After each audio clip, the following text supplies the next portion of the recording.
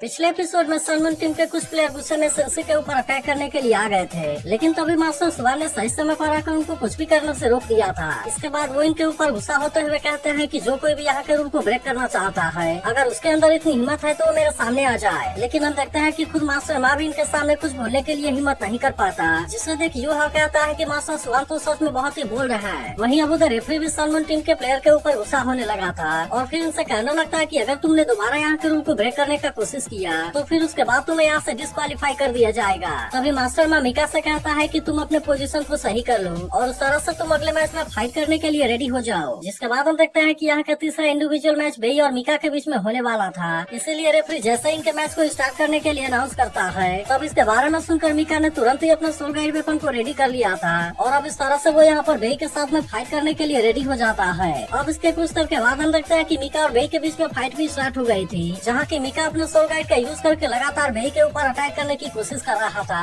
और इसीलिए बेई को इसके ऊपर अटैक करने के लिए कोई भी चांस नहीं मिल रहा था। लेकिन इसके बाद भी हम देखते हैं कि बेई मीका के हर एक अटैक से खुद को बहुत ही आसानी से बचा रहा होता है, जिसे देख मीका भी अब इस बात से हैरान हो गया था और वो कहने लगता है कि अटैक टाइप वाला सोल मास्टर इतना ज्यादा फ्लेक्सिबल कैसे हो सकता है। तभी हम देखते हैं कि मीका अपने ट्रिगर टाइप सिया बम सोल गाइड कैनन का यूज करके इसके ऊपर अटैक करने लगा था और कहने लगता है कि चलो देखता हूँ कि अब तुम इसके अटैक से खुद को किस तरह से बचाते हो। लेकिन बेई ने अभी भी इसके अटैक से खुद को बहुत ही आसानी से बचा लिया था और उसी के साथ हम देखते हैं कि वो अपने किसी दो बॉल का यूज करके इसके ऊपर अटैक भी कर देता है, जिसे देख मीका भी इसके अटैक से खुद को बचाने के लिए कोशिश करता है और उसे ऐसा लग रहा था कि उसने बेई के अटैक से खुद को बचा लिया है। लेकिन तभी बेई उसे कहता है कि तुम टैंक सेक्टर के सीक्रेट नॉलेज के बारे में कुछ भी नहीं जानते और तभी अचानक से हम देखते हैं कि मीका यहाँ पर बेहोश हो जाता है। तब इस पर बेई कहता है कि वैसे तो ये कोई भी पॉइजन नहीं है, लेकिन अब इसके वजह से तुम पूरे दिन सोए रहोगे। अब इस तरह से बेई ने मीका को यहाँ पर हरा दिया था और इसीलिए श्रेक एकेडमी के पास 3 पॉइंट हो गए थे। फिर हमें पता चलता है कि अब सलमान टीम की तरफ से फाइट करने के लिए सियाओ मैंग यहाँ पर आने वाली है, जिसे देख मास्टर मा कहता है कि तुम्हारी एबिलिटी उनके सोल मास्टर की कमजोरी है, इसीलिए आगे अब जो भी होगा वो पूरी तरह से तुम्हारे ऊपर है। तब इसके बारे में सुनकर मैंग भी इसके लिए रेडी हो जाती है और फिर वो मास्टर मा से कहती है कि आपको इसके बारे में चिंता करने की कोई भी जरूरत नहीं है, क्योंकि मैं श्रेक एकेडमी को इतना आसानी से नहीं जीतने दूंगी।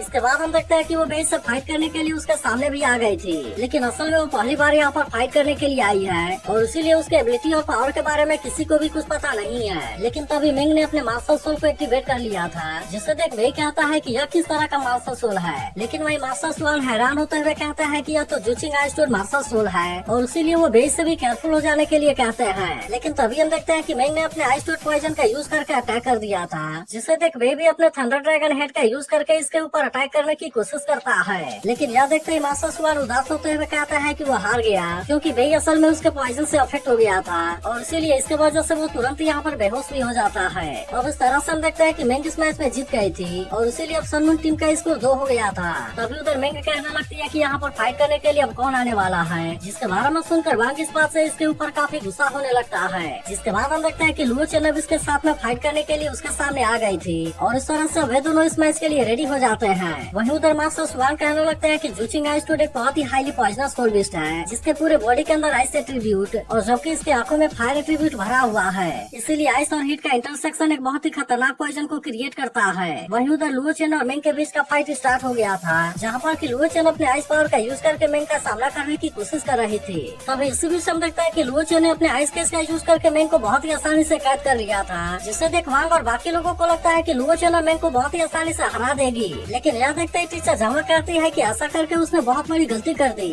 वहीं उधर मास्टर माँ कहने लगता है कि केवल टैंक सेक्टर ही पॉइजन को यूज करने में अच्छा नहीं है और तभी अचानक से हम देखते हैं कि लुओ चेन पॉइजन के वजह से बेहोश होकर नीचे गिर जाती है, क्योंकि असल में मिंग के पास में भी आइस एट्रीब्यूट था और इसीलिए उसने इसका यूज करके अपने पॉइजन को इसके अंदर बहुत ही आसानी से डाल दिया था। अब इस तरह से हम देखते हैं कि मिंग इस मैच में जीत गई होती है और दोनों टीम का स्कोर भी यहाँ पर बराबर हो गया था। इसके बाद हम देखते हैं कि फाइट करने की अगली बार याओ हिंग की होती है, जो कहने लगता है कि अब सलून के लोगों को यहाँ पर यह सब करने के लिए अलाउ कैसे कर सकते हैं। वहीं उधर वांग याओ हिंग के फादर से कहता है चलो देखते हैं कि अब वो इसे हरा पाता है या नहीं हरा पाता। तब इस पर याओ हिंग का फादर कहता है कि अपने दुश्मन को 1000 से इंजर्ड करूं, जबकि खुद केवल 800 से इंजर्ड हो। यह सुनकर वांग कहता है कि क्या तुम्हें उसके बारे में चिंता नहीं है, जिस पर याओ हिंग का फादर कहता है कि उसे अपने ग्रोथ के रास्ते में इन सबका भी सामना जरूर करना पड़ेगा। वहीं उधर याओ हिंग भी मिंग का सामना करने के लिए पूरी तरह से रेडी हो गया था और हम देखते हैं कि वो इसके ऊपर बड़े ही संभाल तरीके से अटैक करना स्टार्ट कर देता है। लेकिन इसके बाद भी हम देखते हैं कि मिंग ने इसके अटैक से खुद को बहुत ही आसानी से बचा लिया था और उसी के साथ वो अपने पॉइजन को इसके बॉडी के अंदर बहुत ही आसानी आसानी से डाल देती है, जिसके वजह से याओ हेंग की हालत यहाँ पर खराब होने लगती है। तब इसे देख काइतो कहने लगता है कि उसके आर्मर और दोनों ही लेवल 6 वाले सोल टूल्स हैं और उसके अलावा वे सभी हाईली टॉक्सिक भी हैं। लेकिन इसके बाद भी हम देखते हैं कि याओ हेंग इतने आसानी से मेंग के सामने हार मानने वाला नहीं होता और वो इसका सामना करने के लिए तुरंत ही व्हाइट टाइगर वज्र ट्रांसफॉर्मेशन और व्हाइट टाइगर डीमन ट्रांसफॉर्मेशन को एक साथ में एक्टिवेट कर लेता है। वही दूसरी तरफ हम देखते हैं कि अब याओ हेंग के फादर को भी इसके बारे में चिंता होने लगी थी और वे सभी समझ गए थे कि याओ हेंग ऐसा करके अपने बॉडी के अंदर पॉइजन के फैलने के टाइम को बढ़ा रहा है। लेकिन तभी से भी हम देखते हैं कि याओ हेंग को बड़े नजदीक से मेंग के ऊपर अटैक करने के लिए चांस मिल गया था, इसलिए वो इसके सामने ज्यादा कुछ नहीं कर पाती और फिर याओ हेंग तुरंत अपने व्हाइट टाइगर मीटियोर सावर का यूज करके इसके ऊपर अटैक करना स्टार्ट कर देता है। लेकिन अभी भी हम देखते हैं कि मेंगो को इसके अटैक में ज्यादा कुछ नहीं हुआ था और इसने याओ हेंग के हर एक अटैक से खुद को बहुत ही आसानी से बचा लिया था। लेकिन तभी इससे भी हम देखते हैं कि वो अपने लेवल 6 वाले सोल गाइड टेलीपोर्टेशन लिंक का भी यूज करने लगती है, जिसे देखते ही काइतो कहता है कि सन मून टीम ने तो एक्सपेंसिव स्पेस सोल गाइड को भी पा लिया है। वहीं उधर पॉइजन के फैलने की वजह से याओ हेंग की हालत काफी खराब होने लगती है और उसके अलावा मेंग फिर से अपने पावर का यूज करके इसके ऊपर अटैक करने के लिए रेडी हो गई थी, जिसके वजह से सभी को ऐसा लग रहा था कि याओ हेंग अब इसके सामने कुछ भी नहीं कर पाएगा, क्योंकि मेंग का यह अटैक बहुत ही ज्यादा पावरफुल होता है जो कि सोल एम्परर को भी एक ही झटके में निकल जाएगा। लेकिन अभी भी हम देखते हैं कि याओ हेंग को इसके बारे में कोई ज्यादा चिंता नहीं होती और इसीलिए मेंग जैसे ही अपने पावर का यूज करके इसके ऊपर अटैक करने के लिए आने लगती है, तब इसे देख याओ हेंग भी अपने soul bone skill absolute defence का यूज करके इसका सामना करने के लिए रेडी हो जाता है। अब इस तरह से हम देखते हैं कि वो इसका यूज करके मेंग के अटैक को रोकने लगा था, जिसे देख मास्टर बा कहता है कि उस वक्त तो सोल बोन को इतना समय से छुपा कर रखा हुआ था। लेकिन वहीं उधर याओ हेंग का फादर कहने लगता है कि सोल बोन केवल कुछ ही देर के लिए अटैक को रोक पाएगा, जबकि इस समय उसके पास में तो ज्यादा सोल पावर भी नहीं बची है और अब इसी वजह से उसे भी ऐसा लग रहा था कि याओ हेंग इसके सामने ज्यादा कुछ नहीं कर पाएगा। लेकिन तभी इसी वक्त हम देखते हैं कि याओ हेंग अपने व्हाइट टाइगर डिस्ट्रॉय किल का यूज करके अटैक करने के लिए रेडी हो गया था, जिसे देखते ही मास्टर मा कहता है कि हम अपनी हार मानने के लिए रेडी हैं। लेकिन असल में अब इसके लिए बहुत ही देरी हो गई थी और याओ हेंग ने अपने पावर का यूज करके मेंग के ऊपर अटैक कर दिया था। इसके बाद याओ हेंग कहने लगता है कि तुमने क्या कहा, मैं इसके पॉइजन की वजह से अफेक्ट हो गया हूँ और क्या मैं क्लियरली नहीं सोच सकता। तब हम देखते हैं कि इसके ऐसे बातों से मास्टर मा इसके ऊपर गुस्सा होने लगता है। लेकिन आखिरकार याओ हेंग ने मेंग को इसमें हरा दिया था, जिसके बाद मास्टर मा हैरान होते हुए कहता है कि याओ हेंग का फिजिक्स तो सच में बहुत ही स्ट्रॉन्ग है, नहीं तो वो मेंग के पॉइजन के सामने कुछ भी नहीं कर पाया होता। फिर वो कहने लगता है मैंने सोचा था कि मेंग श्रेक एकेडमी के टीम के सभी मेंबर को आसानी से हरा देगी, लेकिन अब तो ऐसा लगता है कि इसके बारे में कुछ करना होगा। इसके बाद हम देखते हैं कि यहाँ पर फाइट करने के लिए सियाओ टाओ आने लगी थी, जहाँ पर याओ हेंग कहता है कि अब से कैप्टन की जिम्मेदारी तुम्हारे ऊपर है। तभी इससे भी हम देखते हैं कि याओ हेंग यहाँ पर बेहोश होकर नीचे गिरने वाला था, लेकिन तभी मास्टर सुआन और बाकी लोग आकर उसे पकड़ लेते हैं और मास्टर सुआन उसे कहता है कि तुमने यहाँ पर बहुत ही अच्छा किया। वहीं उधर याओ हेंग का फादर भी इस बात से काफी इम्प्रेस हो गया होता है। इसके बाद हम देखते हैं कि सियाओ टाओ फाइट करने के लिए चली गई थी, जहाँ पर वो सिया फई और रोंग से पूछती है कि तुम दोनों में से सबसे पहले कौन मेरे साथ में फाइट करेगा। लेकिन तभी हम देखते हैं कि मास्टर मा ने पर्सनल बैटल से गिव अप कर दिया था और अब वो डायरेक्टली 2-2 और 3 बैटल को करना चाहता है। अब इसके बारे में सुनकर रेफरी भी अनाउंस करती है कि सन मून टीम ने पर्सनल बैटल से गिव अप कर दिया है और इसीलिए श्रेक एकेडमी इसमें जीत गई है। अब इसके वजह से हम देखते हैं कि इनका स्कोर 1-1 हो गया था और फिर इन दोनों टीम के बीच का तीसरा राउंड 10 मिनट में स्टार्ट होगा। तभी टीचर जावा कहने लगती है कि मास्टर मा तो सच में बहुत ही ज्यादा चालाक है, क्योंकि वो समझ गया है कि सन मून टीम बैटल में ज्यादा पावरफुल है, जबकि पर्सनल बैटल में बहुत ही वीक है। इसके अलावा वो यह भी जानता है कि और 2 पॉइंट हारने के बाद वो कमबैक नहीं कर पाएगा